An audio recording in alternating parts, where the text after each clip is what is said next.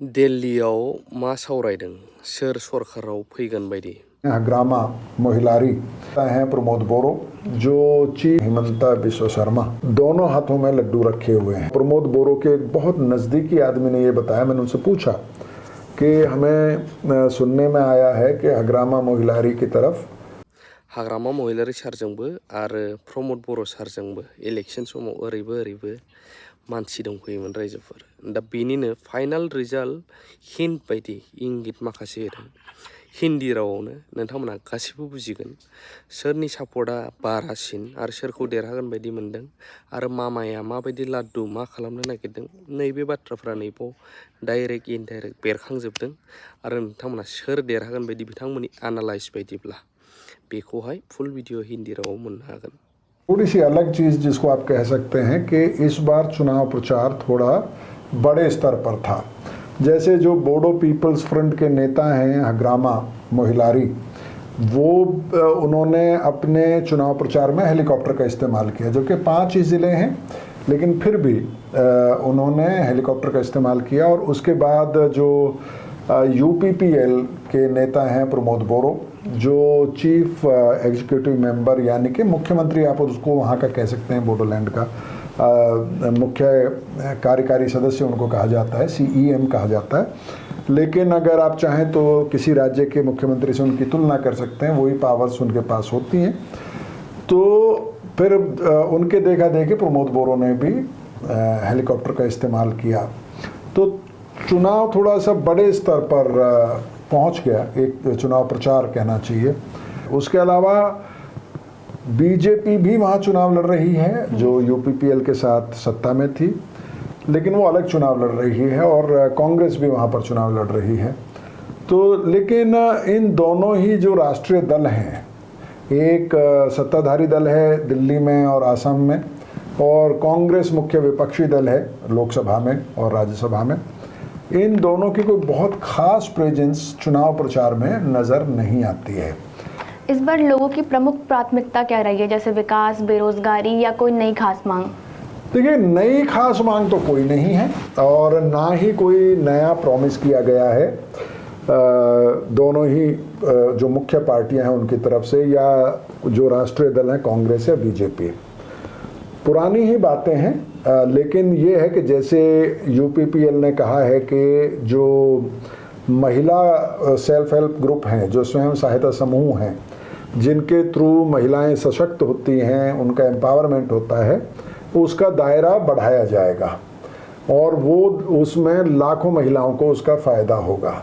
उसी तरह से उन्होंने ये कहा है कि जो लैंड राइट्स हैं, ख़ास तौर पे जो बंगाली हैं या जो चाय बागानों में काम करने वाली जनजातियों के लोग हैं, जो आदिवासी हैं, जिनको अभी तक शेड्यूल ट्राइब का दर्जा नहीं मिला है, उनको लैंड राइट्स भी नहीं मिले हैं, तो सबको लैंड राइट्स यानी कि ज़मीन के पट्टे देने का वादा किया गया है, और ये दोनों पार्टियों की तरफ से किया गया है। उसके अलावा जो यूजुअल जो सड़क, बिजली, पानी के जो मुद्दे हैं वह उन पर बात हुई है। तो कोई ऐसा मुझे नहीं नज़र आया कि कोई एक केंद्रीय मुद्दा बन रहा है, कोई ऐसा मुद्दा जिस पर चुनाव डिसाइड हो जाएगा, ऐसा हमें समझ में नहीं आया।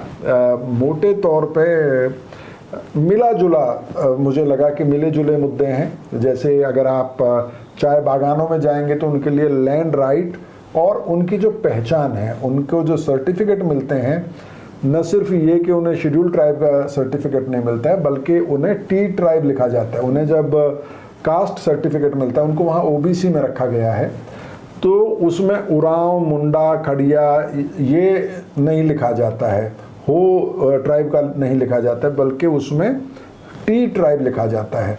और उससे जो वहाँ के जो लोग हैं, जो आदिवासी समुदाय हैं, वो काफ़ी नाराज़ हैं। तो उनके लिए ये बड़ा मुद्दा है। मैंने बताया लैंड राइट का मुद्दा है, तो उनके लिए ये एक बड़ा मुद्दा है। जो बंगाली समुदाय हैं, उनके लिए भी लैंड राइट बड़ा मुद्दा है। जो और नॉन ट्राइबल कम्युनिटीज़ के लोग रहते हैं, उनके लिए पीस यानी शांति बड़ा मुद्दा है, क्योंकि उन्हें वहाँ पर अगर अपना बिजनेस चलाना है तो उसके लिए पीस यानी कि शांति होना वहाँ बहुत ज़रूरी है। तो अलग अलग तबकों के लिए अलग अलग मुद्दे हैं जो मैटर करेंगे। और जब नेता भी जाते हैं चुनाव प्रचार में तो वो अलग अलग ग्रुप के लिए अलग अलग तरह की बात करते हैं। अगर वो राभा डोमिनेटेड एरिया में है या वो चाय बागानों में है या फिर वो शहर में बंगाली आबादी जहाँ ज़्यादा है वहाँ पर हैं, तो उसी हिसाब से वो अपने भाषणों में मुद्दों को उठाते हैं। इस बार कौन सी पार्टी ज़्यादा मेहनत करते हुए दिख रही है और लोगों पर भी उसका प्रभाव पड़ रहा है, ऐसी कौन सी पार्टी है? हाँ, ये थोड़ा सा मुश्किल सवाल है, लेकिन हमने जो देखा दोनों नेताओं के जनसभाओं में हम लोग गए और हमने उनसे बात भी करने की कोशिश की। प्रमोद बोरो से ऑन कैमरा हमारी बात हुई, हग्रामा मोहिलारी से ऑफ कैमरा हमारी बात हुई, लेकिन हग्रामा मोहिलारी के लिए उनकी जो बॉडी लैंग्वेज है वो मुझे काफ़ी पॉजिटिव लगी। प्रमोद बोरो को एक इस तरह के नेता के तौर पे देखा जाता है जो काफ़ी विनम्र स्वभाव के हैं, जो काफ़ी शांति प्रिय हैं, जो जिसे कहते हैं कि वो इंटेलेक्चुअल्स और जो रंगकर्मी हैं या जो कुल मिला के यूनिवर्सिटीज़ में प्रोफेसर्स हैं, उनमें उनका उठना बैठना है और उस तरफ उनका झुकाव रहता है। लेकिन चुनाव में कई बार आक्रामकता भी काम आती है। तो जो मोहिलारी हैं, हग्रामा मोहिलारी जो बोडो पीपल्स फ्रंट के, उनकी सभाएं ज़्यादा बड़ी होती हुई मुझे नज़र आई और वो शुरू ही यहाँ से करते हैं कि बोडो पीपल्स फ्रंट चुनाव जीत गई है और आपको गलती नहीं करनी चाहिए। इस तरह से वो अपनी चुनाव सभाओं में लोगों को संबोधित करते थे। जबकि प्रमोद बोरो हैं जिन्होंने 5 साल सरकार चलाई, वो अपनी उपलब्धियां गिनवाते हैं और वो ये वादा करते हैं कि आने वाले समय में वो और भी काम करेंगे। लेकिन जब हमारी वहाँ लोगों से बात हुई, जो आपने कहा कि किस नेता से ज़्यादा प्रभावित लोग नज़र आते हैं या कौन से मुद्दों से ज़्यादा प्रभावित लोग नज़र आते हैं, तो उस मामले में प्रमोद बोरो के बारे में लोग ये बोलते हैं कि जो उन्होंने जो किया है वो सॉफ्ट डेवलपमेंट है। उन्होंने जैसे कल्चरल फ्रंट पे काम किया, उन्होंने जो बोडो प्रोडक्ट्स हैं उनको जीआई टैग दिलवाने के लिए काम किया। वहाँ का जो खाना है, वहाँ की जो जड़ी बूटियाँ हैं या हर्ब्स हैं या उनकी टेक्सटाइल है या उनका रेशम है, उसको जीआई टैग दिलवाने के लिए उन्होंने काम किया। इसके अलावा उन्होंने कमेटी बनाई जो हैप्पीनेस के उनके लोग कैसे खुश रहें, उस पर उन्होंने कमेटी बनाई। और इस तरह से बहुत सारी, जब आप बोडोलैंड यूनिवर्सिटी में जाते हैं और वहाँ टीचर्स के साथ, प्रोफेसर्स के साथ मिलते हैं, तो वहाँ लोग प्रमोद बोरो की तारीफ़ करते हैं। लेकिन जैसे ही आप ग्रामीण इलाकों में जाते हैं या चाय बागानों में जाते हैं, वहाँ पर आपको हग्रामा मोहिलारी की तारीफ़ सुनने के लिए मिलती है। और वो ये कहते हैं कि हग्रामा मोहिलारी और प्रमोद बोरो में जो बेसिक फ़र्क वो बताते हैं कि हग्रामा जो हैं वो डिसाइसिव हैं, वो फैसला लेते हैं। राज्य के मुख्यमंत्री हैं हिमंता बिस्वा शर्मा, वो दोनों हाथों में लड्डू रखे हुए हैं।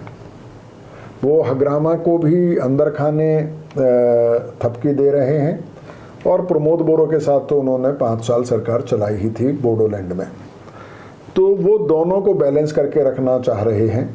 और क्योंकि विधानसभा के चुनाव बहुत दूर नहीं है और एक तरह से विधानसभा चुनाव प्रचार शुरू हो चुका है, हिमंता बिस्वा शर्मा के अलावा जो बीजेपी के केंद्रीय नेतृत्व है, प्रधानमंत्री नरेंद्र मोदी हों, अमित शाह हों या दूसरे नेता हों, उनके आसाम के दौरे शुरू हो गए हैं।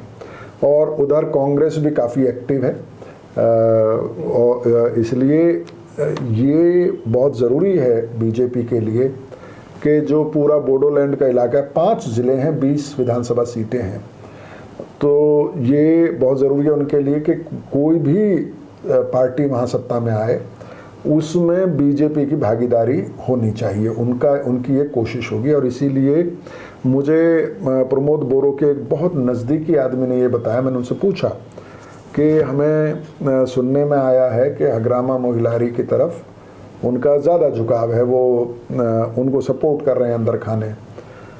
तो उनका ये कहना था कि वो सिर्फ हग्रामा को नहीं बल्कि वो प्रमोद बोरो को भी आश्वासन दे रहे हैं कि हम लोग फिर से मिलकर सरकार बनाएंगे। और उसी तरह से हग्रामा के जो आसपास के लोग हैं उनका भी ये कहना था कि बीजेपी ये चाहती है कि हग्रामा सत्ता में आए। तो ये एक तरह का मतलब बीजेपी दोनों तरफ अपने संभावनाएं वो अपने रास्ते खोल के रखना चाहती है। लेकिन पिछला चुनाव अगर आप देखेंगे, आपने कहा यूपीपीएल और बीजेपी ने मिलकर वहाँ पे सत्ता बनाई थी, 17 सीटें बोडो पीपल्स फ्रंट को मिली थी वहाँ पे। और जो कोकराझार के आसपास का इलाका है वो काफ़ी स्ट्रॉन्ग होल्ड है हग्रामा का, यानी कि बोडो पीपल्स फ्रंट का। वो गढ़ उनका जो है वो अभी भी मुझे इंटैक्ट नज़र आता है। हम लोग 10 दिन के करीब वहाँ घूमे और कोकराझार ये हमारा बेस था और उसके आसपास के कई इलाकों में हम लोग गए। तो मुझे ये कहने में कोई झिझक नहीं है कि कोकराझार का पूरा इलाका उसमें एक सीट छोड़ के 12 में से 11 सीटें हग्रामा की पार्टी ने जीती थी और वो परफॉर्मेंस वो फिर से रिपीट कर सकते हैं। और उसके अलावा जो रंगिया, उदालगुड़ी और बक्सा का जो इलाका है वो थोड़ा सा चैलेंजिंग था इनके लिए, लेकिन इस बार वहाँ भी काफ़ी मेहनत हग्रामा की पार्टी ने किए हैं। तो मुझे ऐसा लगता है कि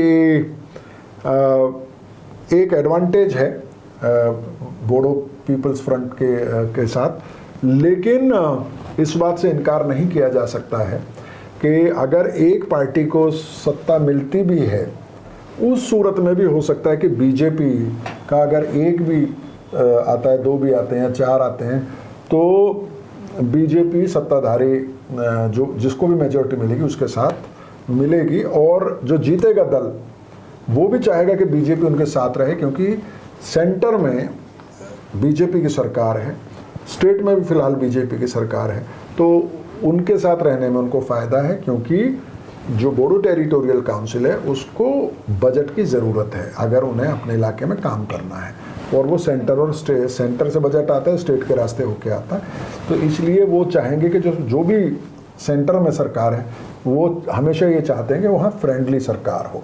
तो उनके फ़ायदे में ये है कि फ़िलहाल वो बीजेपी के साथ जाएं। अगर अपने दम पे भी उनको समर्थन मिल जाता है तो भी वो बीजेपी को शामिल कर लें अपने साथ। आने वाले वक्त में अगर मान लीजिए राज्य में सरकार पलट जाए तब अलग बात है, तब वो भी अपनी आस्थाएं बदल सकते हैं।